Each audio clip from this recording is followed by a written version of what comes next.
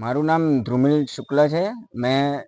વર્ષ 2026ની ઉમરેઠ બાર એસોસિએશનની ચૂંટણીમાં પ્રમુખ તરીકે પોતાની ઉમેદવારી નોંધાવેલી અને પ્રમુખ તરીકેની ઉમેદવારી નોંધાવ્યા બાદ કુલ 3 ઉમેદવારોએ પ્રમુખ તરીકે ઉમેદવારી નોંધાવતા ચૂંટણી થવા પામી હતી। એટલે આજ રોજ ચૂંટણીમાં જે પરિણામ આવ્યું છે એમાં મને વિજેતા તરીકે જાહેર કર્યો છે અને હું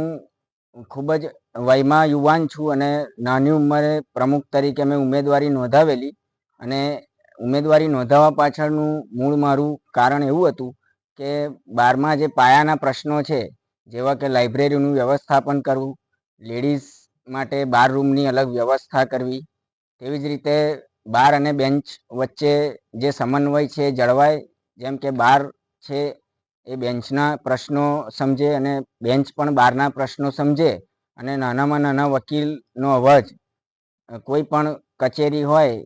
ધારો કે કોઈ પણ સરકારી કચેરી હોય, એમાં વકીલનું માન સન્માન જળવાય અને વકીલનો જે મોભો છે એ પ્રમાણેનું વર્તન દરેક અધિકારી કે દરેક કર્મચારી એમની સાથે રાખે,